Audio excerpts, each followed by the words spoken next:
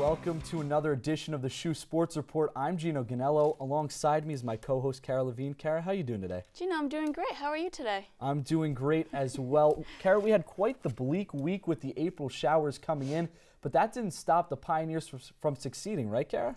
Gino, you're totally right on that one. A couple of our sports kicked off their spring seasons as well as some teams braving the weather to grab those wins. Both track and field teams experienced some different weather as a few members of each team traveled to the West Coast for the Stanford Invitational and the San Francisco Distance Carnival, while the rest of the team competed in the Mark T. Young Invitational hosted by Yale. Women's track and field were represented well in San Francisco as Tara Connolly, Jennifer Hahn, and Jacqueline Thorne all put up great numbers in their respective events.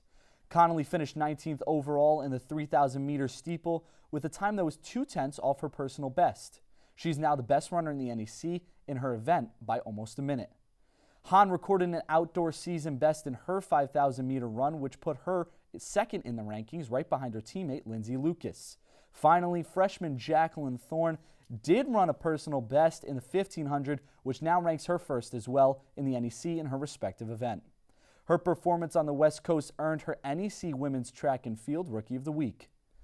Moving to Stanford, the Pioneers only had one competitor in the meet, but senior Marina D'Amelia did not disappoint as she threw 3 season bests over the weekend. Her best hammer mark now ranks first in the NEC, while her best javelin mark is not far behind, ranking third in the conference. Back home at Yale, 10 of the team's members finished in the top 5 of their respective events at the Invitational. The talented squad now has members on multiple leaderboards around the conference. Now, moving from women's track and field to the men's team had experienced the same split, as some traveled to the West Coast while the rest remained on the East Coast. During the West Coast trip, Connor Rogg set a new 10,000-meter school record, finishing in a time of 30 minutes and 15.45 seconds. This shatters SHU's past record, qualifies as an IC4A performance, and the New England Standard Time. Rogg now leads the NEC in the event by nearly 2 minutes. At the Stanford Cobb Track and Angel Field, Trevor Guerrero ran a new personal best in the 5,000 meters with a time of 30 minutes and 50.43 seconds. He qualified for the IC4A and the New England Championship in his first in the NEC. Guerrero and Rogg did outstanding and represented SHU in the best way. For the East Coast event, Quahim Dufane took third in the 100-meter with a time of 10.95 seconds, while Jeffrey Young took second in the 110 hurdles. To round out the East Coast competition, Jake Tavarenti took the first-place finish in the 3,000 steeplechase with a time of 14.84 seconds. Kara, it's always exciting to see the Pioneers succeed even in the toughest conditions. Our very own Dan Varga was actually out at Yale and said he couldn't believe the toughness of both of our teams running in the frigid, windy weather. It is a tough task, that is for sure. Even with the weather the way it has been, we have seen Sacred Heart teams kicking off their spring season over the weekend. For more on that, we have Adam Chambers standing by with us in this week's Update Corner. Adam, take it away. Thanks, Kara. We will kick this week's Update Corner off with women's rugby as they open up their spring season as they hosted the SHU Sevens tournament on Saturday. The rugby team put up 3 wins during their outing. The Pioneers won against Fairfield 29-5 and 24-0, and they beat Yale 34-0 during the SHU Sevens tournament.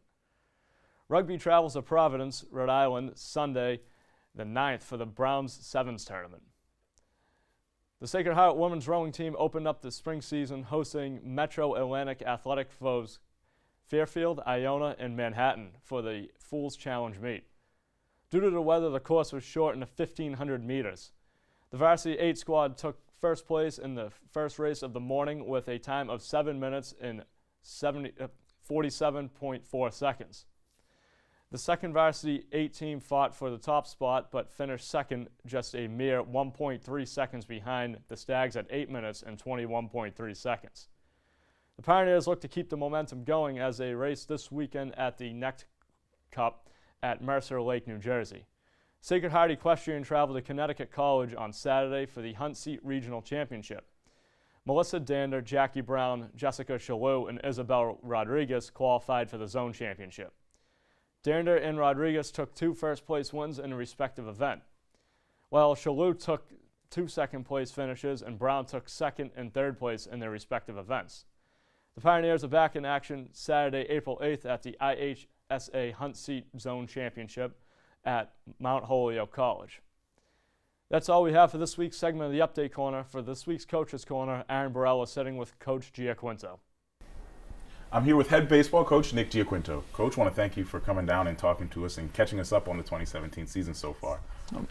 My pleasure. Yeah, let's jump right into it. All right. You guys enter today 7-18 and 2-3 in NEC play. Your home opener is tomorrow at Harbor Yard against Stony Brook. What is your message to the team as you hit this second half of the regular season?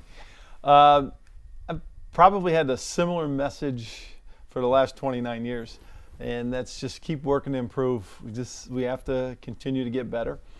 And, after the tough loss yesterday, we just had a talk today. We just get back to work tomorrow and keep grinding. All right, now, you've had great contributions from a handful of freshmen, most notably Elijah Brown and several upperclassmen stepping into bigger roles like Anthony Capozelli. What has it been like to pick up those big contributions to the lineup? It's great because we lost a lot of guys from last year's team, including 2 juniors who are now in the minor leagues, Foley and Zach Short. So we needed guys to come in and step up, and we're starting to get that. We're starting to get it, and one day it might be Elijah, and another day it might be Cap, another day, Claybart has been very consistent. And yesterday, PJ DiFilippo had 4 RBIs, so, we're getting it here and there. We just have to be a little more consistent. All right, now, your pitching staff of James Tauble, Brent Teller, and Baylor Sundahl all rank in the top 5 in the NEC with innings pitched. How important is it for them to keep giving quality innings to help keep games in check? It is very important. The whole thing that we're striving for right now is consistency. The guys work their butts off. They work very hard.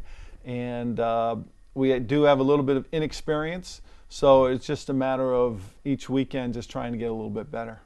All right, now it's your 29th and final season. You've won 615 games, 6 conference championships, and you've coached 9 MLB draftees, not to mention the countless all-conference honorees. Mm-hmm. What are some of the things that you're going to take away from your time here at SHU? I think the biggest thing is the relationships. That's it. That's why we coach. That's why we're part of a team, and that's what I'll remember the most. All right. Well, that's all the time we have for this week's segment. I really want to really appreciate you coming down and giving us a little bit of an insight into baseball season, and all the best for your final season. Thank you very much. Really appreciate it, Aaron. All right. Now, we will send it back to you guys at the desk. Thanks, Aaron. Sacred Heart's women's golf team is already halfway through the regular season schedule and are making quite the name for themselves. Sunday and Monday, they traveled to Littletown, PA for the Wagner Seahawks Spring Invitational. The Sacred Heart women's golf team shot a spring season low of 299 in a round 2 to take home its 2nd team title of the season at Seahawk Invite at Quail Valley Golf Course. Out of 59 golfers, Sacred Heart placed 3 golfers in the top 5. Alan Nyber tied for 2nd with 7 over par. Abigail Hood had placed 4th with 8 over par, and Stephanie Lowe tied for 5th with 9 over par. The Pioneers placed 1st as a team, 12 strokes ahead of 2nd place Quinnipiac. The Pioneers return to the course on Saturday, April 8th, as they open for the Hartford Women's Spring Invite at Tumblebrook Country Club. Another team that has blazed its way through the first half of their schedule is the Sacred Heart men's lacrosse team. They had quite the challenge going into the weekend as one of 4 teams tied with a 1-1 record. Men's lacrosse team traveled down to Maryland on Saturday to take on Mount St. Mary's. The Pioneers got off to a hot start, scoring 3 goals in the first 10 minutes of the half to take a 3-0 lead early. The scoring would not stop there, though, as the Pioneers continued to capitalize on their opportunities with 1 more goal in the first quarter and 3 more in the second to take a 7-3 lead into the half. Coming out of the half, Mount St. Mary's would net 2 goals to cut the deficit to 2, but a goal by Bryce Yerk completing his hat trick would increase the Pios' lead to 3 heading into the final period, and there was no looking back. SHU would hold Mount St. Mary's scoreless in the final quarter while putting away 5 goals of their own to finish off the Mountaineers 13-5. Bryce Yerk would earn NEC Offensive Player of the Week for his stellar 6-goal performance on Saturday, Brooks Dutton was named NEC Rookie of the Week for the 5th time this season, only allowing a season-low 5 goals on Saturday. The Pioneers travel to Rhode Island this Saturday, April 8th, to take on Bryant in another tough conference game. Now, Gino, fencing has been over for a few weeks now, but both teams received some annual awards for their performances in the 2016-17 season. With the season over, the annual awards were released this past week for the stellar performances put on by the Northeast Fencing Conference's top fencers. For the men's team, 7 fencers were named to the conference's all-star teams. Tyler Endy's 29-1 foil performance during the conference season garnered him with the Northeast Fencing Conference Male Fencer of the Year title, along with first-team all-star honors.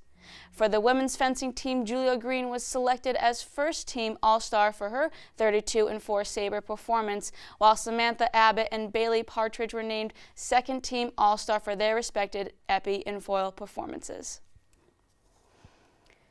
Here at SHU Sports Report, we are all proud of their performances and their accomplishments this year thus far.